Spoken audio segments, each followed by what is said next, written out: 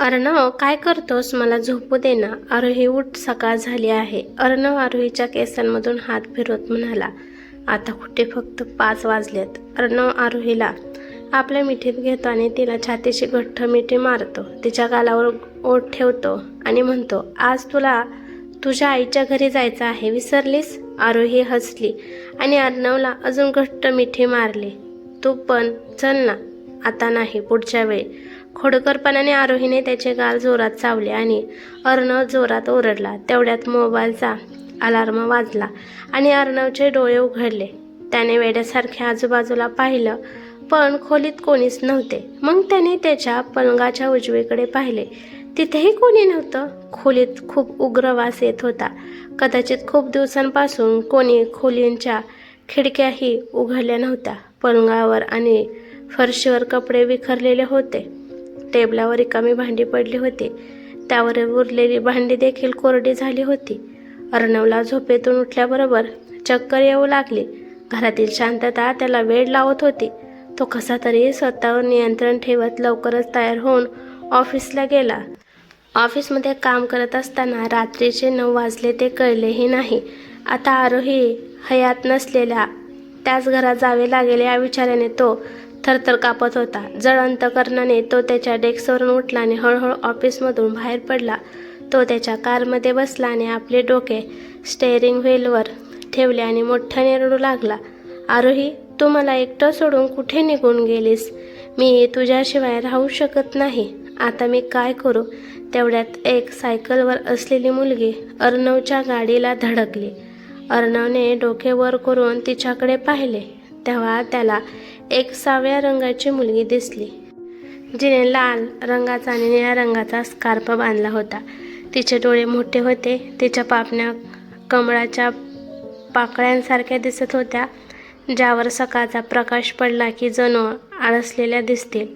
अर्णव गाडीतून बाहेर आला आणि म्हणाला, अगं, तुला लागलं तर नाही ना?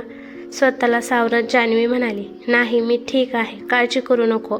एवढ्या रात्री बाहेर काय करतेस? मी औषध घ्यायला बाहेर गेले होते. माझे वडील खूप आजारी आहेत. काय झाले त्यांना? त्यांना टायफॉइड झाला आहे. चल, मी औषध घेऊन देतो. खूप उशीर झाला आहे. नाही, मी घेईन. तो का काळजी करतो? नाही, एवढ्या रात्री तुझं बाहेर जाणे योग्य नाही, असे म्हणून अर्णव जान्हवीसोबत चालायला लागला. दोघे औषधाच्या दुकानात पोहोचले. मी आता घरी जाईन, तू जा. नाही, मी तुला घरी सोडतो.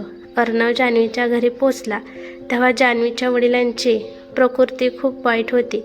त्यांना खूप खोकला येत होता. डॉक्टरांना दाखवलं का? हो, दाखवले होते, पण त्यांच्या प्रकृतीत काही सुधारणा नाही. तेवढ्या जान्हवीच्या वडिलांना दम लागला. मला वाटतं त्यांना इमर्जन्सीमध्ये दाखवावे लागेल. तू काळजी करू नको, मी माझी गाडी घेऊन येतो.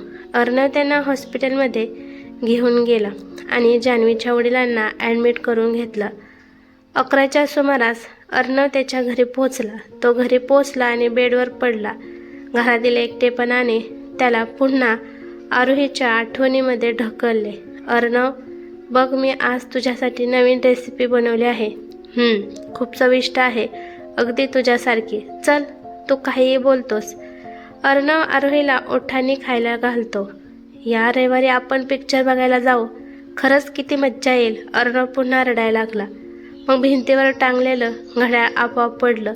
अर्णवने उठून पाहिलं. त्याला काही समजत नव्हते.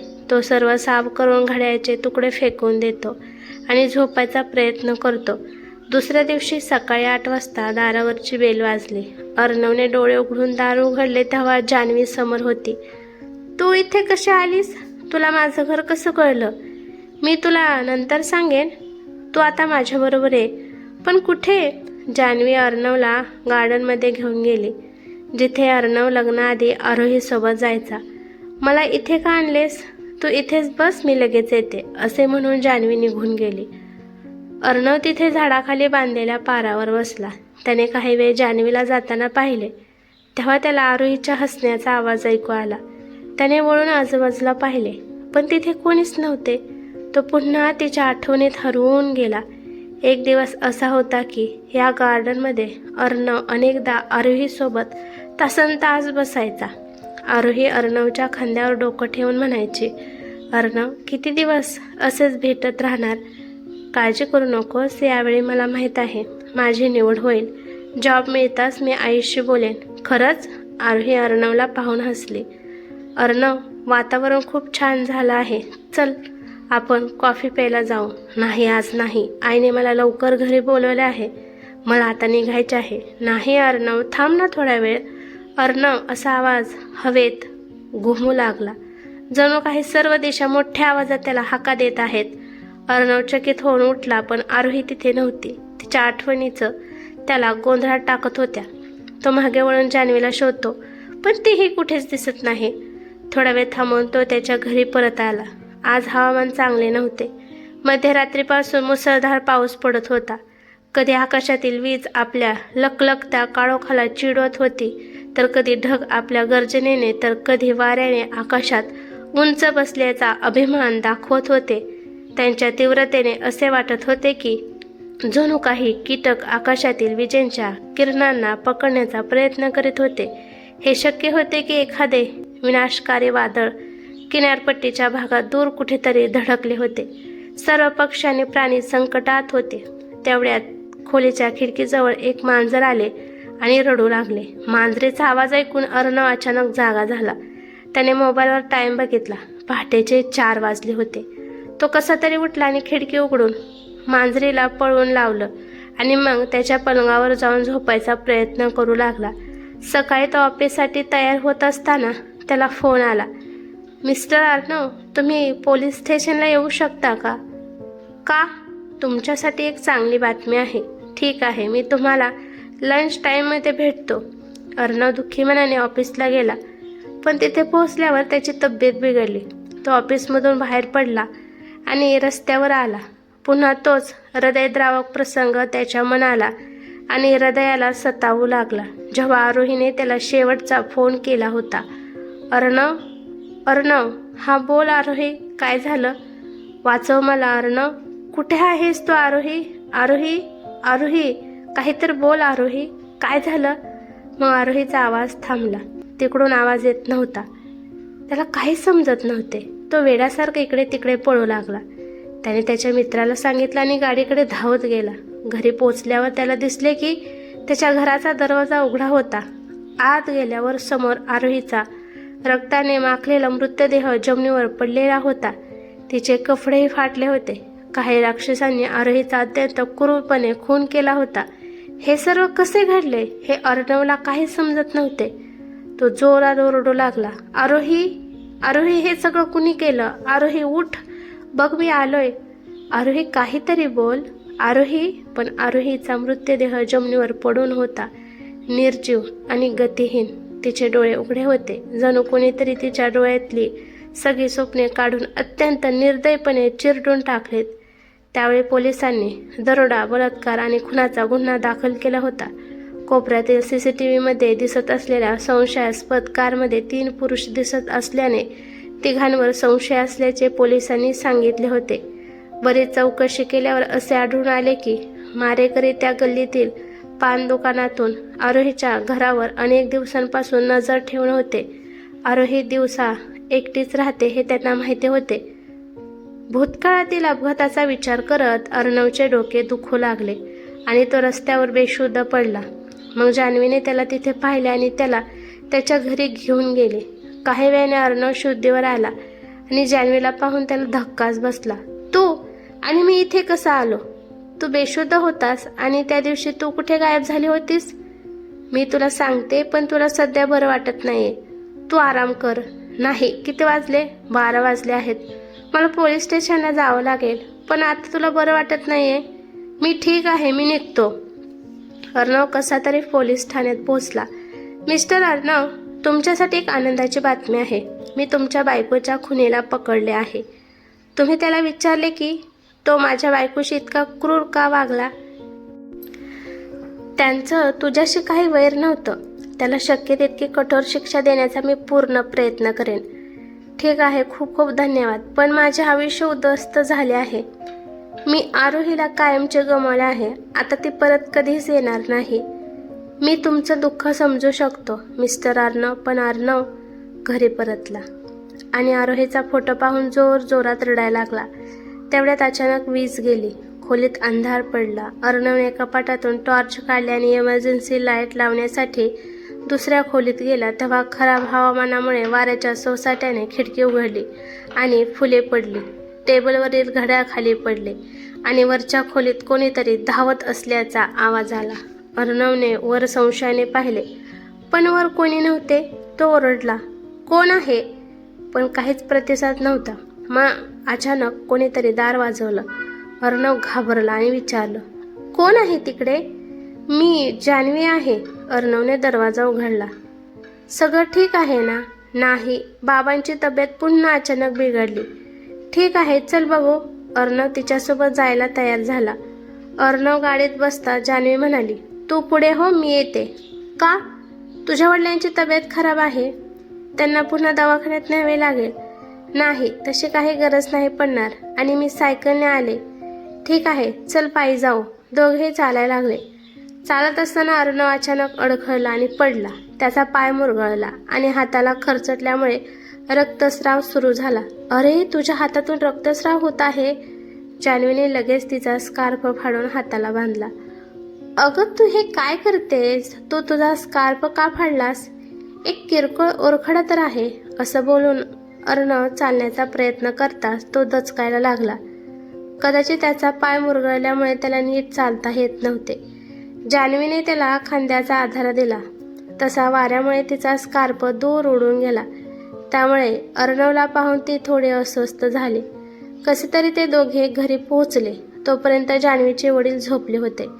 कदाचित त्यांना थोडी विश्रांती मिळाली असावी. जान्हवीने पटकन फर्स्ट एड बॉक्स काढला आणि अर्णवला बँडेज करू लागली. अरे, तू एवढा त्रास का करून घेतोस? मी ठीक आहे, मला काही झाले नाही. मी बाम लावेन, मग मला आराम मिळेल. तुझे वडील आता झोपले आहेत. कदाचित ते आता बरे असतील.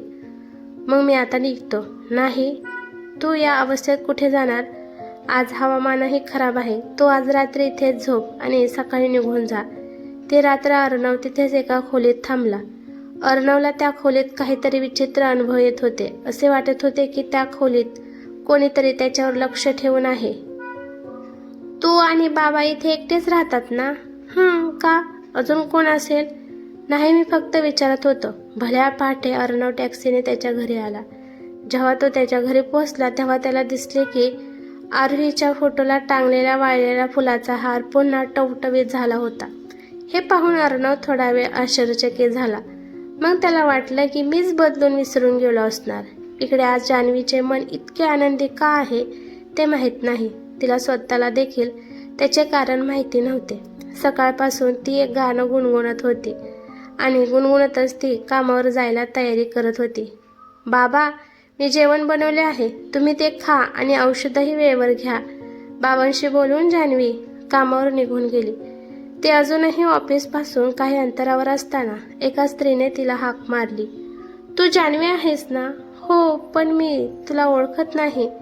ते अर्णवने तुझ्याबद्दल सांगितले होते. मी अर्णवच्या वस्तीत राहते. ठीक आहे, मग तुला माझ्याशी काही काम आहे का? नाही, ते फक्त काल मी तुला अर्णवसोबत पाहिलं म्हणून पुढे आले तुझ्याशी बोलायला.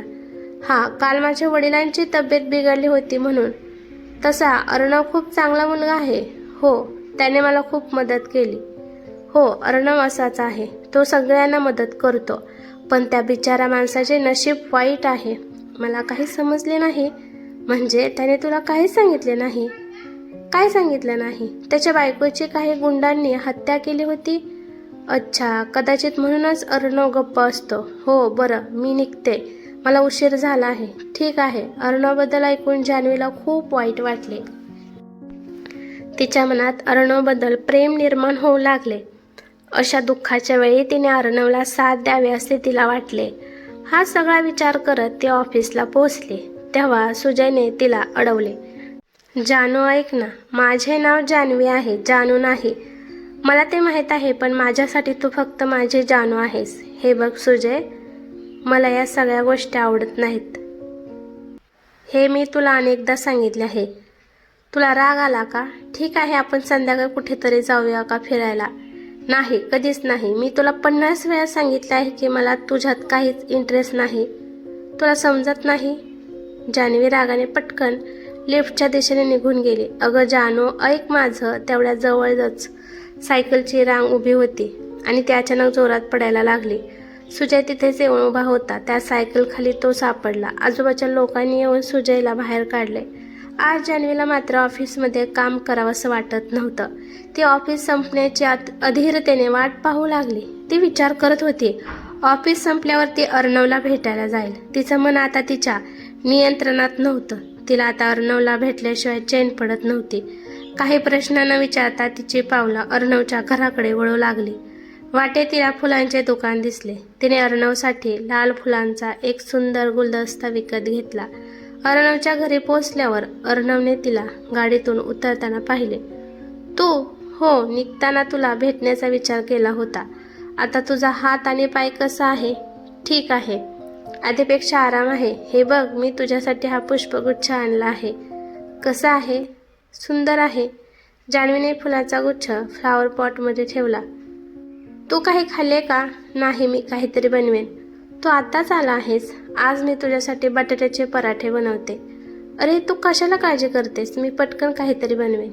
तू माझ्या बाबांसाठी इतकं करू शकतोस तर मी तुझ्यासाठी एवढं करू शकत नाही का? आज खूप दिवसांनी कोणीतरी त्याच्यासाठी जेवण बनवणार होते. अर्णव मग त्याच्या आठवणीमध्ये हरवून गेला. जेव्हा आरोही त्याच्यासाठी काहीतरी तयारी करायची. तिला किचनची खूप आवड होती. संध्याकाळच्या जेवणात ती अनेकदा काहीतरी नवीन शिजवायची. जान्हवी किचनमध्ये अर्णवसाठी जेवण बनवण्यात व्यस्त होती. तेव्हा तिला स्वयंपाकघरात कोणाची तरी उपस्थिती जाणवली. तिने इकडे तिकडे पाहिले पण तिला कोणीच दिसलं नाही. ती पुन्हा पराठ्याचे सारण तयार करण्यात व्यस्त झाली. थोड्या वेळाने पुन्हा तिला असे वाटले की कोणीतरी तिच्या केसांना स्पर्श करत आहे आणि ती घाबरली. इकडे अर्णव सोफ्यावर बसून रिमोटने टीव्हीचे चॅनल बदलत होता. जान्हवी जेवण घेऊन उशिरा आली पण तिच्या चेहऱ्यावरचा रंग काहीसा बदलला होता. ती अर्णवकडे पाहून हसली आणि म्हणाली, अर्णव, चल जेवायला. ती मोठ्या प्रेमाने आणि अधिकाराने अर्णवला जेवू घालत होती. हे बघ अर्णव, मी तुझी आवडती पुदिन्याची चटणी बनवली आहे. हे माझे आवडते आहे. हे तुला कसे कळले? कळलं मला, तू खा ना. अर्णव जेवत होता आणि जान्हवी त्याच्याकडे प्रेमाने पाहत होती. अर्णव थोडा अस्वस्थ झाला. तू पण खा. हो, मी जेवते. अर्णव, तुला आठवतं का जेव्हा तुझी आई आपल्या घरी राहायची? त्यावेळी आपण एका छोट्याशा घरात राहायचो पण आईमुळे आपल्यात जास्त बोलणं होत नव्हते म्हणून आपण गार्डनमध्ये जात होतो. ते किती चांगले दिवस होते. असं म्हणत जान्हवी जोरात हसायला लागली. अर्णव जेवण सोडून जान्हवीकडे आश्चर्यकारक नजरेने पाहू लागला. तुला हे सगळं कसं माहीत? तू कोण आहेस? अर्णव जागेवरच उठून उभा राहिला. जान्हवी ही आश्चर्याने अर्णवकडे बघू लागली. काय झालं अर्णव? जेवणावरून का उठलास? तुला हे सगळं कसं माहीत? काय कसं माहीत? मी काय म्हणाले? तुझे आता जे सर्व काही बोलत होतेस ते तुला कसं माहीत? नाही, मी काही बोलत नव्हते. मी तर शांतपणे जेवत होते. मला वाटलं आज तू जरा काळजीत आहेस. अर्णवला काही समजत नव्हते आणि त्याला घाम फुटला. जान्हवीने त्याला पाणी प्यायला दिले. अर्णव, तू आराम कर. तुला बरं वाटत नसेल तर मी इथेच थांबते. नाही, मी ठीक आहे. तू जा. तुझे वडील नाराज होते. जान्हवी निघून गेल्यावर अर्णव आणखीन काळजीत पडला. हा माझा भ्रम असू शकत नाही. ती फक्त जान्हवीच होती का? की आरोही? तिची बोलण्याची पद्धत आणि ती माझ्याकडे ज्या नजरेने पाहत होती, मला असं का वाटलं ती आरोही होती? अर्णवला काही समजत नव्हते. त्याचे मन संशयाने भरले होते. त्याला समजत नव्हतं की जान्हवी आरोहीसारखी का वागत होती. हायवेवर एक लांब निर्जन रस्ता होता. दोन्ही बाजूला घनदाट आणि अंतहीन जंगल होते. आजूबाजूला धुके होते, अंधार होता. अर्णव तिथे एकटाच दिसत होता. त्याने आजूबाजूला पाहिले. आजूबाजूला कोणीही नव्हते. दूरवरून कुत्र्याच्या रडण्याचा आवाज येत होता. हवा थंड होती आणि ओलसरपणाचा वास येत होता. अर्णवला वाट चुकल्यासारखे वाटले पण दूरवर कुठेतरी प्रकाश दिसला. तो त्या प्रकाशाच्या मागे धावू लागला पण तो प्रकाश त्याच अंतरावर होता. तो त्याच्या जवळ कधीच पोहोचू शकत नव्हता. तो चालत राहिला पण त्याच्या आणि प्रकाशातील अंतर कधीच संपले नाही. अर्णव आता चालता चालता थकला होता. आता त्याच्यात चालण्याची ताकद उरली नव्हती म्हणून तो कंटाळला आणि एका झाडाखाली जाऊन बसला. मग काही द्रव त्याच्या डोक्यावर पडला. त्याने त्याच्या मोबाईलच्या प्रकाशात पाहिलं आणि तो लाल रंगाचा असल्याचे दिसले. त्याचा वास येत होता म्हणून खात्री करण्यासाठी त्याने वास घेतला आणि त्याला कुचलेल्या रक्ताचा वास आला. अर्णवला मळमळ होऊ लागली.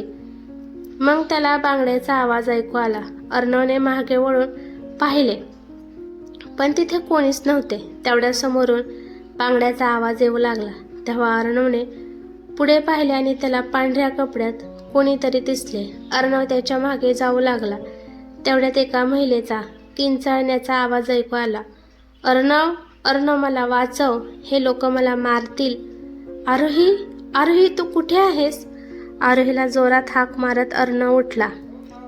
त्याने आजूबाजूला पाहिले तर तो त्याच्याच खोलीत होता. कदाचित त्याने काही भयानक स्वप्न पाहिले होते. त्याचे संपूर्ण शरीर घामाने भिजले होते. त्याने घड्याळाकडे पाहिले तर सकाळचे 6 वाजले होते. तो उठला आणि स्वयंपाकघरात गेला. चहा तयार केला आणि लिव्हिंग रूममध्ये टीव्हीवर न्यूज चॅनेल चालू करून चहा पिऊ लागला.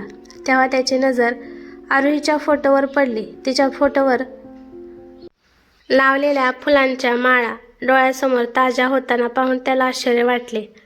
आता त्याला वाटू लागले की आरोही कुठेतरी जवळच आहे. तो आरोहीशी बोलायचा प्रयत्न करू लागला. आरोही, आरोही, तू इथेच कुठेतरी आहेस ना? मला माहिती होतं की तू मला सोडून जाऊ शकत नाहीस. आजही तू माझ्यासोबत आहेस. आरोही, बोल ना, तू इथे आहेस का आरोही? आरोही. कोणताही प्रतिसाद न मिळाल्याने अर्णव शांत झाला आणि दुःखी मनाने ऑफिसला जाण्याच्या तयारीला लागला. इकडे संध्याकाळी जान्हवी ऑफिसहून घरी परतली तेव्हा तिने पाहिले की सुजय तिच्या घरी आला होता आणि बाबांशी बोलत होता. तू तू इथे काय करतोस? तुझे वडील आजारी होते म्हणून मी फक्त त्यांना भेटायला आलो होतो. ठीक आहे, तुझं भेटून झालं असेल तर आता जा. अगं जान्हवी, पाहुण्यांशी असं बोलू नये. अहो बाबा, तुम्हाला काही माहीत नाही. तू आताच्या आता इथून निघ. ठीक आहे, मी निघतो. पण तू एवढे का रागवले आहेस? ते तुला चांगलंच माहिती आहे आणि आज नंतर कधीच माझ्या घरी येऊ नकोस. त्यानंतर सुजय तेथून निघून गेला. पण त्याला खूप अपमान वाटला आणि मनात विचार केला, या अपमानाचा बदला मी नक्कीच घेईन. त्याचे घर जान्हवीच्या घरापासून खूप लांब होते. रात्रीचे 9 वाजले होते. रस्ताही एकदम सुनसान होता. मग त्याने पाहिले की 19-20 वर्षाची सुंदर मुलगी रस्त्याच्या कडेला उभी होती आणि लिफ्टसाठी हात फिरवत होती आणि एक सोनेरी रंगाचा वनपीस तिने घातला होता. ते पाहून सुजयला वाटले की ती एखाद्या मॉडेलिंग कंपनीत काम करत असावी. सुजयने त्याची गाडी थांबवली आणि विचारलं, कुठे मॅडम? कुठे जात आहात? मी घरी जात आहे. मला कुठेतरी अशा ठिकाणी सोड जेथून मला टॅक्सी मिळेल. ठीक आहे, बस. इतक्या सुंदर मुलीला पाहून सुजयला आनंद झाला. जान्हवीच्या घरातून बाहेर पडल्यानंतर त्याच्या मनात असलेली सुडाची आणि द्वेषाची भावना काही काळासाठी नाहीशी झाली. मग तू काय करतेस? मी एक मॉडेल आहे आणि माझं नुकतेच शूटिंग संपलं आहे. मला माहिती नाही की आज माझा ड्रायव्हर का आला नाही. त्याचा फोनही लागत नाही. काही हरकत नाही, तो काही कामात व्यस्त असला पाहिजे. मला सांग, तू कुठे राहते? मी तुला तुझ्या घरी सोडू शकतो. नाही, तू कशाला त्रास करून घेतोस? मी जाईन. नाही, मला काही प्रॉब्लेम नाही. ठीक आहे. सुजयने त्या मुलीकडे पुन्हा नजर फिरवली आणि मनात विचार केला की या मुलीला काही करून पटवले पाहिजे. मी तुझे नाव विचारू शकतो का? का नाही, माझे नाव आरोही आहे. खूप सुंदर नाव आहे. तासाभराहून अधिक वेळ गाडी चालत होती. तू मला तुझा पत्ता सांगितला नाहीस. तू फक्त गाडी चालवत राहा, मी रस्ता दाखवत राहीन. गाडी आता सुनसान रस्त्यावरून जाऊ लागली. आपण चुकीच्या रस्त्याने आलो आहोत का? नाही, बिलकुल नाही. इतक्या सुजयने तिच्याकडे पाहिले आणि त्याचे भान सुटले. ती सुंदर मुलगी आता भयंकर चेटकिणीसारखी दिसत होती. तिचे काळेभर डोळे, लाल बुबल्या गाल खोलवर सुचले होते आणि तिला ओठ नव्हते. कान इतके खोल आणि मोठे होते की कोणी त्यात पडले तर तो कधीच बाहेर पडू शकणार नाही. सुजयने अचानक तो कुरूप चेहरा पाहताच त्याची कार तोल जाऊन एका झाडावर जाऊन आदळली. सुजयच्या डोक्यातून रक्त येऊ लागले. दरवाजा उघडून तो पळून जाण्याचा प्रयत्न करू लागला, पण त्याचे पाय त्याला साथ देत नव्हते. कदाचित त्याच्या पायाचे हाड तुटले होते. इथे आरोही भूत भयंकर आवाजात हसत होते. आता मला सांग, तू जान्हवीला त्रास देशील का? जान्हवी? हो जान्हवी. नाही, आता मी तिला त्रास देणार नाही, मला सोड. जोर जोरात हसत आरोहीचं भूत सुजयच्या चेहऱ्याजवळ आलं आणि त्याच्या डोळ्यात पाहू लागलं. सुजयने घाबरून डोळे बंद केल्याने पुन्हा पुन्हा म्हणू लागला, मला सोड प्लीज, मी जान्हवीला कधीच त्रास देणार नाही, मला जाऊ दे. मग त्याला थोडी शांतता जाणवली. त्याने घाबरून डोळे उघडले आणि पाहिले तर आजूबाजूला कोणी नव्हते. सुजयने सुटकेचा निश्वास टाकला आणि पोलिसांना कॉल केला. पोलीस आले आणि सुजयला ॲम्ब्युलन्समधून हॉस्पिटलमध्ये घेऊन गेले. त्याने पोलिसांना सांगितले की तो झोपी गेला, त्यामुळे गाडी झाडावर आदळली. इकडे जान्हवीचे अर्णववरील प्रेम आता अजूनच वाढत चालले होते. तिला अर्णवच्या घरी जाऊन भेटायला आवडू लागलं. आता ती रोज त्याच्या घरी जाऊ लागली. तू रोज माझ्या घरी येऊ नकोस, मी एकटाच राहतो, लोक त्याचा चुकीचा अर्थ काढतील. काढू दे, मी लोकांना घाबरत नाही. मला फक्त एवढंच माहीत आहे तू एकटा आहेस आणि तुला माझी गरज आहे. नाही, मी एकटा नाही, मी माझ्या आईला कॉल करू शकतो. ठीक आहे, आई येईपर्यंत मी तुझ्यासोबत आहे. अर्णवला नाश्ता दिल्यानंतर जान्हवी अर्णवच्या घराभोवती फिरू लागली. जणू ते स्वतःचे घर आहे. पडदे खूप घाणेरडे झाले होते, ते धुवून ठेवले. आरोही जशी अर्णवच्या घराची साफसफाई करत होती तशाच प्रकारे जान्हवीने अर्णवचे संपूर्ण घर साफ केले. हे बघ अर्णव, घर किती स्वच्छ झाले. हो ठीक आहे, पण तू हे सगळं का करत आहेस? जान्हवीने अर्णवच्या बोलण्याकडे दुर्लक्ष केल्याने म्हणाली, हे बघ, मी तुझ्या आवडीचे पडदे लावले आहेत, तुला आठवत असेल. हे पडदे आपण पुण्यामधून विकत घेतले होते. अर्णवला पुन्हा एकदा धक्का बसला. हे पडदे पुण्यामधून विकत घेतले होते हे फक्त आरोहीला आणि मला माहीत होते, हे तुला कसे कळले? त्यावर जान्हवी काही न बोलता स्वयंपाकघरात जाऊ लागली. थांब, मी जे विचारलं त्याचं तू उत्तर दिले नाहीस. अर्णवने तिचे दोन्ही हात धरून तिला स्वतःकडे खेचलं. सोड मला. नाही, आधी उत्तर दे, तू आरोही आहेस का? जान्हवी त्याच्या डोळ्यात पाहू लागली.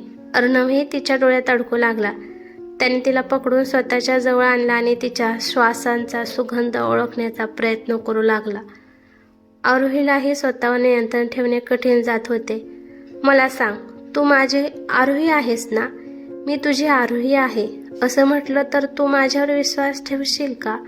अर्णव तिच्याकडे संशयाने पाहू लागला. मग तिचे हात सोडून म्हणाला, पण तू माझी आरोही कशी असशील? आरोहीला आता अर्णवला अजून अंधारात ठेवायचे नव्हते. मी तुझीच आरोही आहे, तू मला ओळखत नाहीस. पण तू जान्हवी आहेस? हो, मी जान्हवी आहे, पण मी तुला या अवस्थेत पाहू शकत नव्हते, म्हणूनच मला परत यावे लागले. तुला भेटण्यासाठी मी जान्हवीच्या शरीराची मदत घेतली आहे. म्हणजे तू खरंच आरोही आहेस? आरोही रडायला लागली आणि अर्णवने धावत जाऊन तिला मिठी मारली. दोघेही मिठी मारून रडू लागले, जणू काही दोन प्रेमी युगलांना कुठल्या तरी क्रूर व्यक्तीने बळजबरीने वेगळे केले होते आणि आता त्या दोघांचा दुःखाचा काळ संपला होता. आरोही, तू मला सोडून कुठे गेली होतीस? तुझ्याशिवाय मी जवळजवळ खचून गेलो होतो. मीही खूप दिवसांपासून भटकते. अर्णवला आता जान्हवीसोबत खूप छान वाटत होतं. एके दिवशी त्याचे प्रेम पाहून जान्हवीचे वडील अर्णवसोबत त्यांच्या लग्नाबद्दल बोलतात. अर्णव गोंधळून गेला, कारण त्याला जान्हवी नाही तर जान्हवीच्या आत लपलेली आरोही आवडत होती. तो निर्णय घेण्यास असमर्थ होता. काही घाई नाही अर्णव, विचार कर आणि मग सांग. अर्णव तेथून निघून गेला. एक दिवस दोघे गार्डनमध्ये एकमेकांचा हात धरून बसले होते आणि त्यांचे गेलेले दिवस आठवत होते. गार्डनमध्ये रविवारी खूप गर्दी असते. आजही अनेक छोटी दुकाने तिथे आली होती. जणू जत्रा भरवली जात होती. रंगीबेरंगी बांगड्या आणि दुपट्ट्याची दुकाने महिलांना खूप आकर्षित करत होती. आज अर्णवला जान्हवीला लग्नाबद्दल विचारायचं होतं, पण आतून त्याला अस्वस्थ वाटत होतं. कारण त्याला चांगलं माहिती होतं की आरोहीवर त्याचं प्रेम आहे, पण आरोही जवळ असूनही ती त्याची नव्हती. तो ज्या व्यक्तीसोबत राहत होता ती प्रत्यक्षात जान्हवी होती. त्याला आता काय करायचं हे ठरवता येत नव्हते. त्याला जान्हवीवर कोणताही अन्याय करायचा नव्हता. त्याला आरोहीशी या विषयावर बोलायचे होते.